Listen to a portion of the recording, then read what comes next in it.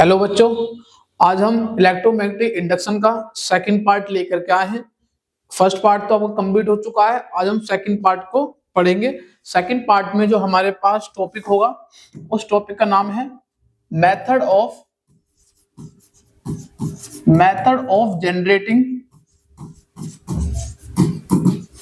Induce EMF.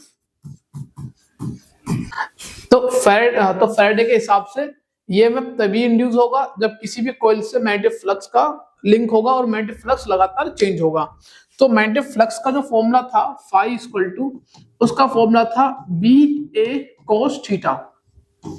तो ये हमने देखा था बी ए कोस थीटा। अगर मुझे ईएमएफ को बनाना है तो मुझे फ्लक्स को चेंज करना होगा। Method of generating induce EMF, तो मुझे क्या करना होगा, फ्लक्स को चेंज करना होगा। अब जब मैं फ्लक्स को चेंज करूंगा तो समझना फ्लक्स को चेंज करने के लिए हमारे पास कितनी क्वांटिटी है जहां पर फ्लक्स को चेंज कर सकते हैं। पहली क्वांटिटी है कि हम बी को क्या कर दें, बी को चेंज करें, ठीक है। या फिर तो आप चेंज करो किसको, बी को। बी मतलब मैग्नेटिक फील्ड को आप चेंज करो, या फिर तो आप एरिया को चेंज करो, या फिर तो आप उस कॉइल की जो ओरिएंटेशन है उस ओरिएंटेशन को चेंज करो, ओरिएंटेशन को चेंज करो। इनके बारे में हमने पढ़ लिया। मैग्नेटिक फील्ड को चेंज कैसे करना, एरिया को चेंज कैसे करना। एरिया को चेंज करने से जो हमारे पास मोशनल ईएमएफ जो बना था वो एरिया को चेंज करने से ही बना था। जब एरिया को घटा रहे थे, बढ़ा रहे थे, तो मैग्नेटिक फ्लक्स भी चेंज हो रहा था, जिसकी वजह से ईएमएफ प्रोड्यूस हो रहा था। आज जो हमारा मेन टॉपिक होगा वो होगा कि हम ओरिएंटेशन को चेंज करें। ओरिएंटेशन मतलब कोइल जो होगी उस कोइल की जो कोइल की जो पोजीशन है लगातार उसको हम लोग क्या करें, चेंज करें। अब यहाँ पर देखेंगे ओरिएंटेशन जब चेंज करेंगे तो किस टाइप से आपको देखने को मिलेगा। मान लो ये हमारे पास हमारी कोइल है और हम इस कोइल को हमने एक मैग्नेटिक फील्ड के अंदर रखा हुआ है। अगर हम ये चाहते हैं कि इससे फ्लक्स चेंज हो तो हमें एक तो मैग्नेटिक फील्ड को कांस्टेंट करना होगा, दूसरा एरिया को चेंज कांस्टेंट करना होगा। बस हमारे पास एक टर्म है वो है ओरिएंटेशन। उस ओरिएंटेशन को लगातार हम लोग घुमाएंगे। ओरिएंटेशन को घुमाने से ही ना आपको नया ईएमएफ देखने को मिलेगा। जब इस कॉइल को आप घुमाओगे, मान लो जब इस कॉइल को घुमाओगे तो जब भी कोई भी ऑब्जेक्ट रोटेट करता है अपनी एक फिक्स एक्सिस पर, तो वहां पर इसकी एक्सिस है, ये इस एक्सिस पर ये कॉइल लगातार क्या करेगी, रोटेट करेगी, ठीक है। जो कॉइल जो रोटेट क्या करेगी विद एंगुलर वेलोसिटी, जो उसकी एंगुलर वेलोसिटी होगी वो होगी ओमेगा, ठीक है। समझना, एंगुलर वेलोसिटी क्या होगी, ओमेगा। मैं एक पर्टिकुलर टाइम की बात करता हूं। एक पर्टिकुलर टाइम पर इस कॉइल ने जो कवर किया होगा एंगल बोले तो यहां पर होता है एंगुलर डिस्प्लेसमेंट, एंगुलर डिस्प्लेसमेंट उसको हम लोग बोलते हैं थीटा। अब आपको समझना तो है, समझो जैसे कि एक मेरे पास एक सर्कल है, एक वेक्टर जो है, एक पार्टिकल यहां से यहां पर गया, तो यहां से यहां पर जाने में उसने एंगल कवर किया, वो एंगल क्या होगा, थीटा होगा।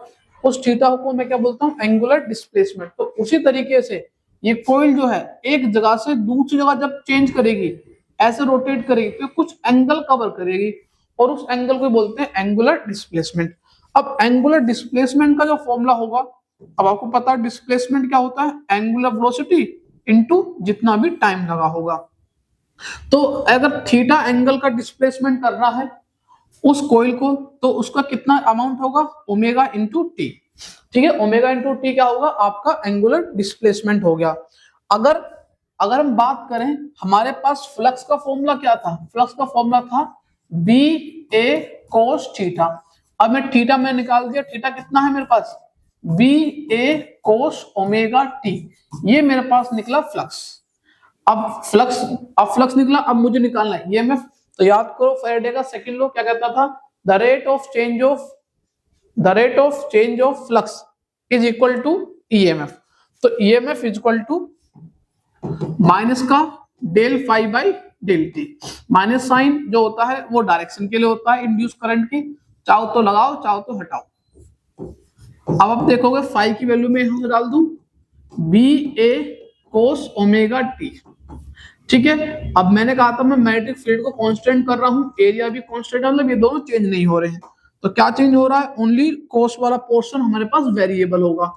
तो ईएमएफ इक्वल टू माइनस का बी ए बाहर रहेगा, बस आपको डेरिवेटिव करना होगा किसका, कोस ओमेगा टी का डेरिवेटिव करना होगा। और हम सबको पता है कोस का डेरिवेटिव होता है माइनस का साइन।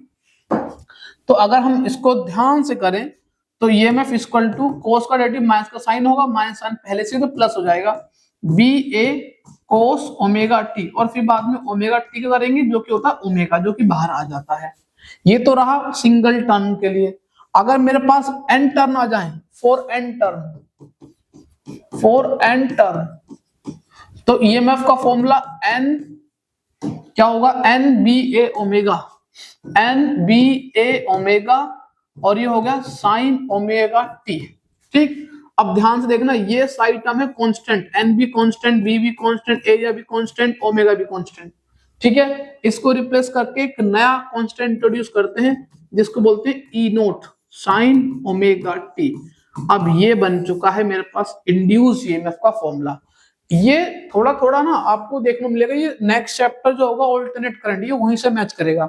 अब इसमें आप देखोगे कि जो भी हमारे पास इंड्यूस ईएमएफ होगा E equal to E naught मतलब पीक ईएमएफ जो सबसे मैक्सिमम हो सकता है, peak EMF sine omega T, मतलब ये जो इंड्यूस ईएमएफ बन रहा है वो साइन का फंक्शन है, साइन की फंक्शन में बनेगा। अच्छा, तो सिमिलरली जो करंट भी फिर तो ऐसे होगा कि करंट क्या होता है भाई, current I equal to I naught sine omega T. तो मतलब करंट भी लगातार देखो क्या हो रहा है, चेंज हो रहा है, क्योंकि साइन का फंक्शन की वैल्यू कभी घटती है, कभी बढ़ती है, कभी बढ़ती है, कभी घटती है, कभी पॉजिटिव कभी नेगेटिव। तो इसका मतलब जो इंड्यूस करंट होगा, एक तो उसका लगातार मैग्नीट्यूड लगातार चेंज होगा, मैग्नीट्यूड चेंज होने के साथ साथ उसकी लगातार डायरेक्शन भी चेंज होगी, क्योंकि दोनों साइन के फंक्शन में बन रहे हैं। साइन का फंक्शन इस तरीके का होता है, देखो ध्यान से। तो इसका मतलब ये जो अगर ईएमएफ का ग्राफ बनाओगे तो ये पीक ईएमएफ ई नोट, अगर करंट का ग्राफ बनाओगे तो ये है maximum current I note, peak current. तो इसका मतलब कि अगर आप इस ओरिएंटेशन को लगातार चेंज करोगे तो भी इंड्यूस ईएमएफ बनेगा और इंड्यूस करंट भी बनेगा, और जो उस इंड्यूस ईएमएफ के फॉर्मूला होगा वो होगा E equal to E naught sine omega T. अब यहाँ पर ओमेगा टी को भी हम लोग ओमेगा को भी रिप्लेस कर सकते हैं, क्योंकि ओमेगा की जो वैल्यू होती है हमारे पास, ओमेगा का फॉर्मूला होता है वो होता है 2 पाई बाय कैपिटल टी। अब कैपिटल टी क्या होता है, कैपिटल टी होता है टाइम पीरियड। टाइम पे मतलब एक पूरी वेव बनने में जितना टाइम लगता है उसी को बोलते हैं टाइम पीरियड। या इसको ऐसे भी लिख सकते हो 2 पाई इंटू एफ, एफ का मतलब होता है फ्रीक्वेंसी। तो आप चाहो तो इस फॉर्मूले में मॉडिफिकेशन भी कर सकते हो, इस फॉर्मूले को थोड़ा चेंज करके ऐसे भी लिख सकते हो आप, E equal to E naught sine 2 pi F into T, ऐसे I equal to I naught sine 2 pi F into T. ये रहा आपके पास इंड्यूस ईएमएफ और इंड्यूस करंट, कब, जब हम लगातार ओरिएंटेशन को चेंज करते हैं, किसकी, कोइल की। ये टॉपिक आपका खत्म। नेक्स्ट टॉपिक पे हम लोग आते हैं, जिस टॉपिक का नाम है सेल्फ इंडक्शन। Self induction. इसके बाद हम लोग अपना नेक्स्ट टॉपिक पे आते हैं जिसका नाम है सेल्फ इंडक्शन।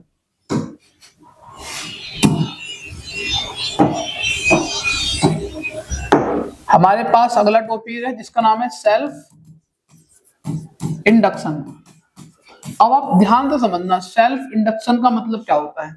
हमारे पास एक कॉइल होगी जिसको हम लोग इंडक्टिंग कॉइल के नाम से भी जानेंगे। हमारे पास एक कॉइल होगी, ये हमारे पास इंडक्टिंग कॉइल है, इसको इंडक्टर भी कहते हैं, और हमने इसको अटैच किया है एक बैटरी से या फिर एक सोर्स से, जो भी इसको ईएमएफ प्रोड्यूस करेगा। ठीक है, हम इसको अटैच करते हैं बैटरी से।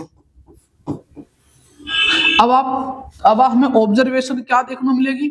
सबसे पहली ऑब्जर्वेशन तो हमारी ये होगी कि एक करंट जो है इस बैटरी से जाएगा। मान लेते हैं वो करंट बैटरी जा रहा है, आई करंट बैटरी से जा रहा है इस कोइल के अंदर।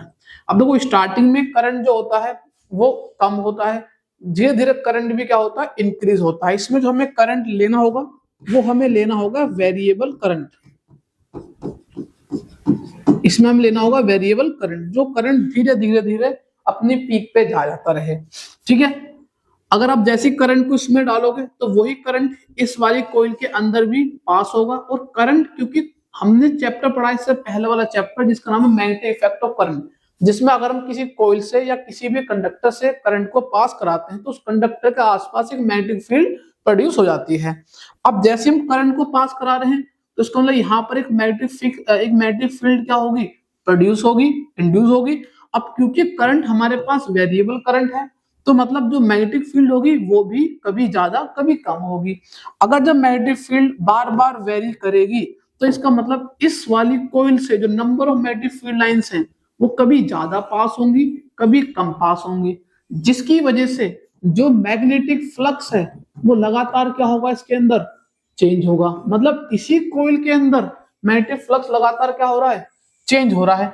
करंट गया, थोड़ा थोड़ा करंट बढ़ता गया, मैग्नेटिक फील्ड भी बढ़ती गई स्टार्टिंग में, तो इस कॉइल से जो number of magnetic field lines है वो स्टार्टिंग में बढ़ रही थी, अब बढ़ रही है, मतलब फ्लक्स क्या हो रहा है, चेंज हो रहा है। अगर हमारा फ्लक्स चेंज हो रहा है इसका मतलब फैराडे ने कहा था, फैराडे का पहला लॉ यही था कि अगर किसी कॉइल से मैग्नेटिक फ्लक्स चेंज होगा तो इसका मतलब उस वाली कॉइल में एक ईएमएफ इंड्यूस होगा, इसके अंदर क्या होगा, ईएमएफ इंड्यूस होगा। अब ये जो ईएमएफ इंड्यूस हो रहा है ये इसी कॉइल में हो रहा है और यहीं से करंट दे रहे हैं, तो इसी प्रोसेस को कहते हैं सेल्फ इंडक्शन। सेल्फ मतलब अपने आप जो है इंडक्शन हो रहा है किसका, ईएमएफ का। अब डायरेक्शन क्या होगी, अब वो डायरेक्शन इस कॉइल में जो इंड्यूस करंट है वो इस तरीके से डिसाइड होगी कि वो अपने कोर्स को अपोज करे। कोर्स मतलब वो इस मेन करंट को कहीं ना कहीं रोकने की कोशिश करेगा। क्यों, करंट बढ़ रहा है तो वो कोशिश करे कि करंट ना बढ़े, करंट घटे। और अगर हम इस करंट को डिक्रीज करने लगेंगे, जैसे करंट डिक्रीज होगा तो यहाँ पर number of magnetic field lines कम होगी, इसका फ्लक्स क्या होगा, कम होगा। तो ये उस केस में इसको भी अपोज करेगा लेंज लॉ के हिसाब से, वो ये नहीं चाहेगा कि ये करंट क्या हो, कम हो, तो वो फिर अपना करंट इस करंट के डायरेक्शन में जो है फ्लो कराएगा। जब फ्लक्स बढ़ेगा तो इसको रोकेगा, तो उसके अगेंस्ट करंट पास कराएगा। जब ये फ्लक्स घटेगा तो ये उसको भी अपोज करेगा, फिर उस करंट की डायरेक्शन में अपना इंड्यूस करंट को फ्लो कराएगा। तो यहां तक तो हमने जान लिया सेल्फ इंडक्शन क्या क्या होता है। सेल्फ इंडक्शन एक ऐसी प्रोसेस होती है जहां पर हम एक कॉइल में करंट पास कराते हैं, वो भी करंट कौन सा, वेरिएबल करंट पास कराते हैं, और उसके अंदर क्या होता है, एक इंड्यूस ईएमएफ प्रोड्यूस होता है। तो self induction is the phenomena of production of induce EMF in the coil when a changing current pass through it. जब भी कोई चेंजिंग करंट पास होगा तो उसके अंदर एक इंड्यूस ईएमएफ प्रोड्यूस होगा। अब वो कितना होगा, हमने देखा कि जो मैग्नेटिक फ्लक्स जो लिंक हो रहा है वो डायरेक्टली प्रोपोर्शनल है किसके, करंट के। जितना ज्यादा करंट यहां से पास कराते रहोगे उतना ज्यादा मैग्नेटिक फ्लक्स बढ़ता रहेगा, जितना कम करंट पास करोगे उतना कम ईएमएफ वहां, उतना कम फ्लक्स लिंक होगा। इसको हटाते हैं, इसको हटा के लगाते हैं कांस्टेंट, वो होता है एल। एल को बोलते हैं coefficient of self induction. L को बोलते हैं कोफिशिएंट ऑफ सेल्फ इंडक्शन। ठीक है, इतना तो रहा हमारे पास मैग्नेटिक फ्लक्स, लेकिन हमें देखना है कि ईएमएफ कितना इंड्यूस हुआ है। तो ईएमएफ क्या होता है, माइनस का ईएमएफ इक्वल टू माइनस का del phi by del T. अब फाई की वैल्यू कितनी है हमारे पास, फाई की वैल्यू है एल आई, तो कांस्टेंट एल को बाहर कर दो, क्या बच गया, del I by del T. तो इस कॉइल में जो ईएमएफ इंड्यूस होगा ई इक्वल टू माइनस का L del I by del T. अब आप चाहो तो कुछ न्यूमेरिकल में आप इसको सोल्व करने के लिए सिंपल कर सकता हूं। डेल आई मतलब I2 minus I1 change in current, और T2 minus T1 change in time, कितने टाइम में हुआ है। तो ये तो रहा आपके पास सेल्फ इंडक्शन के बारे में।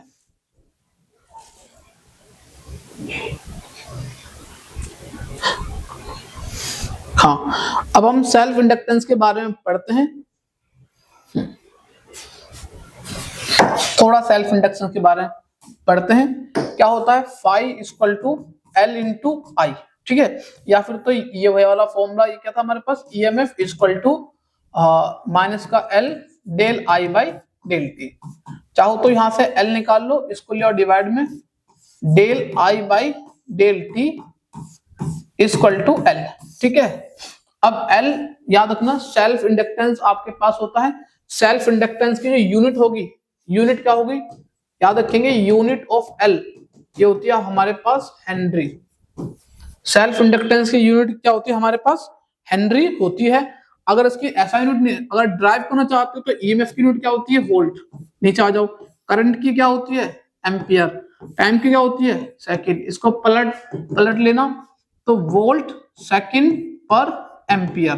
तो ये आपके पास क्या होगी, इसकी यूनिट होगी किसकी, हेनरी कांस्टेंट की। जब हम 1 वोल्ट लेते हैं, 1 वोल्ट पोटेंशियल ले रहे हैं 1 सेकंड के लिए और 1 एम्पियर करंट पास करा रहे हैं, तो जो वैल्यू होगी वो किसके बराबर होगी, वो होगी 1 हेनरी के बराबर।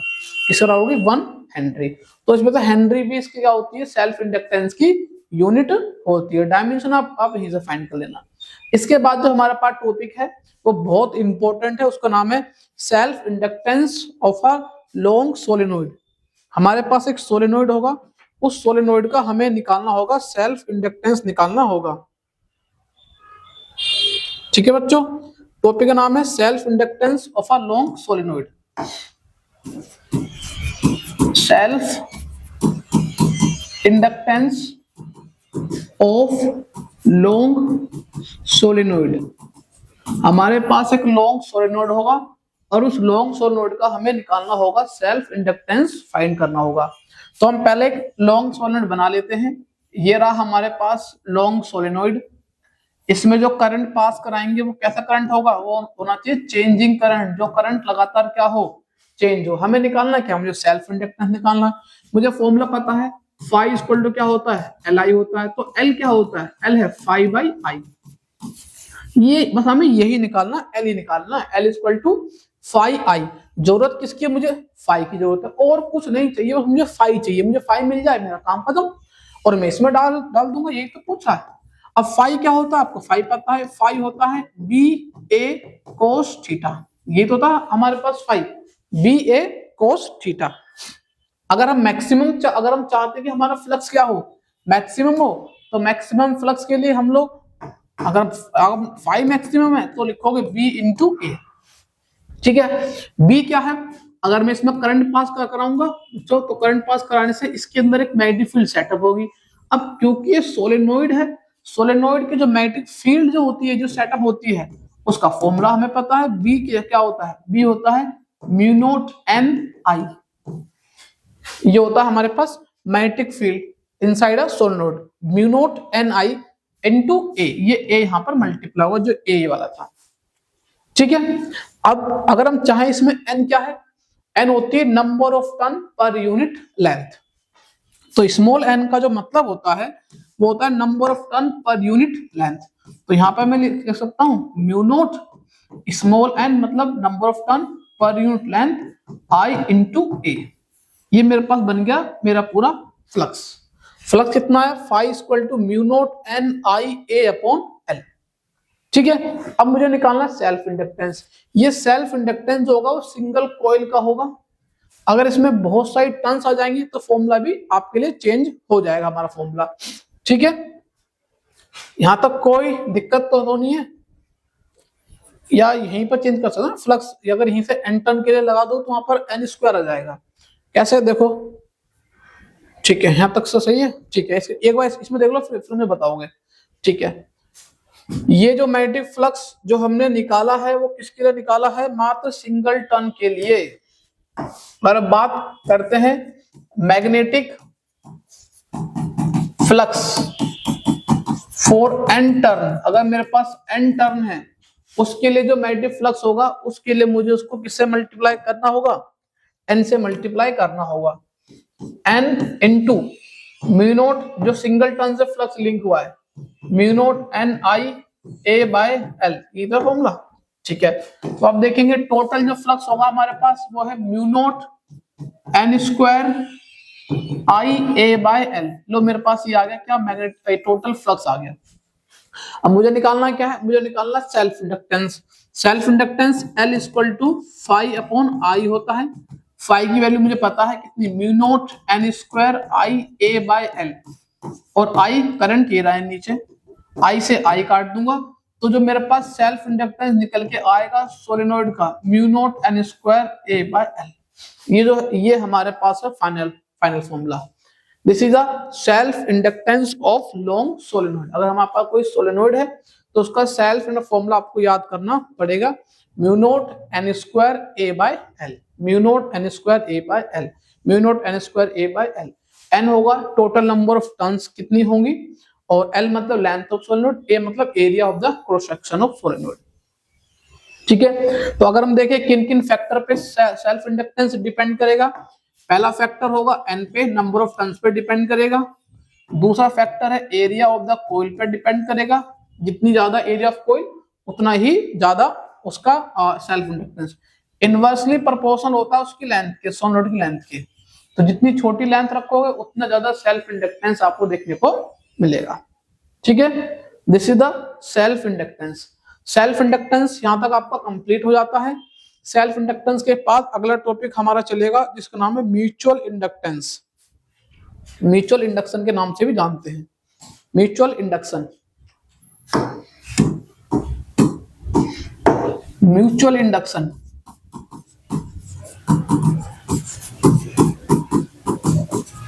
म्यूचुअल इंडक्शन के बारे में जानते हैं। म्यूचुअल इंडक्शन के लिए आपको जो है इसमें दो कॉइल होंगे इसके अंदर।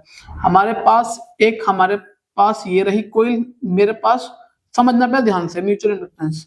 इस कॉइल में हम लोग करंट को पास करेंगे, वो करंट क्या होगा, वो होगा चेंजिंग करंट। और दूसरी कॉइल हम लोग यहाँ पर प्लेस करेंगे इस तरीके से। ये सेकंड कॉइल हो गया हमारे पास। अब इसमें क्या होगा, हम इसमें बड़े ध्यान से देखेंगे। सेल्फ इंडक्टेंस में एक ही इंडक्टिंग कॉइल थी, यहाँ पर हमारे पास दो कॉइल होंगी, जिसमें से एक कॉइल में हम लोग करंट को पास कराएंगे और एक कॉइल में देखोगे आप जादू देखोगे। अब ये मैंने यहाँ पर गैल्वेनोमीटर लगा रखा है जो कि करंट को जो है क्या करता है, डिटेक्ट करता है। अब मेरा यहाँ पर करंट है चेंजिंग करंट। चेंजिंग करंट मतलब पहले जो है करंट थोड़ा थोड़ा बढ़ाएंगे, पहले कम होगा फिर ज्यादा, ऐसे करके करंट बढ़ता रहेगा। तो करंट इसके अंदर जैसे ही पास होगा, क्योंकि करंट का तो ये स्वभाव है, और करंट जिस कंडक्टर से पास होगा तो वो उस कंडक्टर में एक मैग्नेटिक फील्ड को सेटअप करेगा। तो इसमें भी मैग्नेटिक फील्ड क्या होगी, सेटअप होगी। अब इसकी जो सेटअप वाली मैग्नेटिक फील्ड है, वही मैग्नेटिक फील्ड जो है एक दूसरी वाली, भाई इसके द्वारा जो मैग्नेटिक फील्ड बनेगी वो ऐसे वो इस शेप की बनेगी यहाँ पर। तो क्योंकि स्टार्टिंग में जो मैग्नेटिक फील्ड होगी वो बढ़ेगी, तो इसकी जो मैग्नेटिक फील्ड है वो इस वाली कॉइल से भी लिंक होगी, इस कॉइल से भी पास होगी ये वाली मैग्नेटिक फील्ड। जब ये वाली मैग्नेटिक फील्ड इस वाली कॉइल से पास होगी, जो वाली मैग्नेटिक फील्ड, और क्यों लगातार करंट बढ़ रहा है तो नंबर ऑफ मैग्नेटिक फील्ड यानी यहाँ पर भी बढ़ेंगी, हर एक सेकंड में नंबर ऑफ मैग्नेटिक फील्ड बढ़ेंगी। तो इसका मतलब अगर नंबर ऑफ मैग्नेटिक फील्ड बढ़ रही हैं, इसका मतलब इसके अंदर जो होगा मैग्नेटिक फ्लक्स जो होगा वो भी लगातार क्या होगा, चेंज होगा। मैग्नेटिक फ्लक्स क्या है, number of magnetic field passing through a surface, किस सरफेस से कितनी ज्यादा मैग्नेटिक फील्ड पास हो रही है। अब क्यों करंट आप पहले बढ़ा रहे हो, तो करंट बढ़ाने से क्या होगा, नंबर ऑफ मैग्नेटिक फील्ड भी आपकी बढ़ेंगी। तो इसमें जो है फ्लक्स लगातार चेंज होगा। और फेराडे का सेकंड लॉ तो, फर्स्ट लॉ तो यही कहता है, अगर किसी कॉइल से मैग्नेटिक फ्लक्स चेंज होगा तो उस कॉइल में क्या होगा, एक ईएमएफ इंड्यूस होगा। क्या होगा, ईएमएफ इंड्यूस होगा। और इसी प्रोसेस को बोलते हैं म्यूचुअल इंडक्शन के नाम से जाते हैं। तो म्यूचुअल इंडक्शन क्या है, एक ऐसी प्रोसेस जिसमें हम लोग production of EMF in one coil, हम लोग क्या करते हैं, एक कॉइल में ईएमएफ को प्रोड्यूस करते हैं with the help of second coil in which variable current is pass through it. अगर हम पहली वाली कॉइल में वेरिएबल करंट पास करते हैं तो सेकंड वाली कॉइल में इंड्यूस ईएमएफ देखने को मिलता है, और इसी प्रोसेस को बोलते हैं म्यूचुअल इंडक्शन के नाम से जानते हैं। अब आप यहाँ पर थोड़ा कंफ्यूजन ये होता है कि म्यूचुअल इंडक्शन, थोड़ा ध्यान देखेंगे, इसमें करंट पास करा रहे हैं कितना, इसमें जो है हम लोग करंट पास करा रहे हैं आई, प्राइमरी वाले कॉइल में करंट पास करा रहे हैं आई। तो उसमें जो फ्लक्स लिंक होगा उसमें जो फ्लक्स लिंक होगा वो डायरेक्टली प्रोपोर्शनल होगा करंट इस प्राइमरी वाली कॉइल के। बात समझ में आ रही है, उस वाली कॉइल में जो फ्लक्स लिंक होगा सेकंड वाली कॉइल में, वो डायरेक्टली प्रोपोर्शनल होगा करंट जो प्राइमरी वाली कॉइल में। इसको हटा के लगाते हैं कांस्टेंट जिसको बोलते हैं एम एम को बोलते हैं कोफिशिएंट ऑफ म्यूचुअल इंडक्शन, इसको बोलते हैं कोफिशिएंट ऑफ म्यूचुअल इंडक्शन।